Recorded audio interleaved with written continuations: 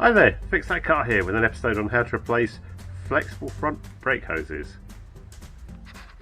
When you come to separate the flexible caliper hose from the fixed tubing on the car, the joint's likely to be quite rusted up, so you need to make sure that the hose is securely held with one spanner and that you've got a good leverage on the other. So I'm just going to press, well, I'm lucky there, that's actually kind of come undone.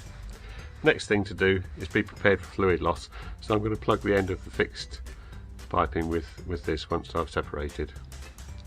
That'll allow me to take the caliper away.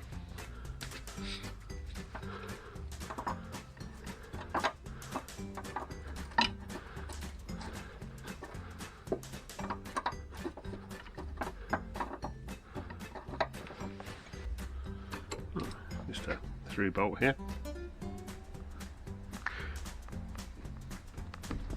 Down this in the vise because these can be a little bit tight.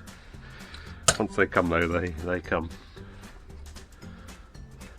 There should be there might be a copper washer here that's sealing this, or there might not. So take it away carefully.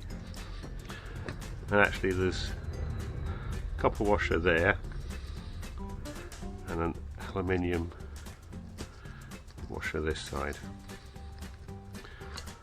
I'm going to clean that bolt up. Clean those washers up, clean that up and put the new pipe on.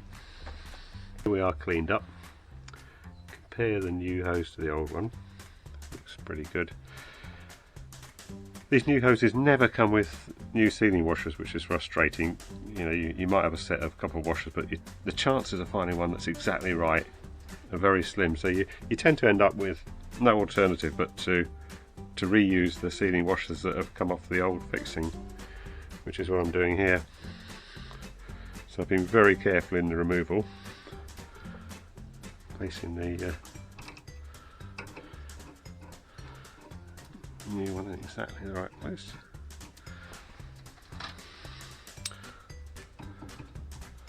Now simply tighten up. I will go quite tight because of those washers, and refit the same way it came off. There's no need to use a second spanner this time to hold the thing in place, because there will be a couple of locking pins in that piece of metal work there that will engage with the car, and you can get the you know, that nut quite tight against those. One thing that's worth checking is when you do put the caliper back in place on the disc, that the yellow line runs down one side. It shouldn't be a problem, as those pins and that will pretty much hold this tube in the right position. If you need to bleed brakes as well, this is the way to do it. Just a tube connected to the bleed valve and a little spanner on the valve. To open the valve, you open it by a quarter of a turn. You'll have an assistant press the brake pedal, and you'll then close it and let him release the pedal upwards. So it's done like this. Open, down, up, down, up, down, up, and there we saw the fluid coming through. So we just continue like that everywhere that the system needs to be bled, and don't forget to top up at the master cylinder.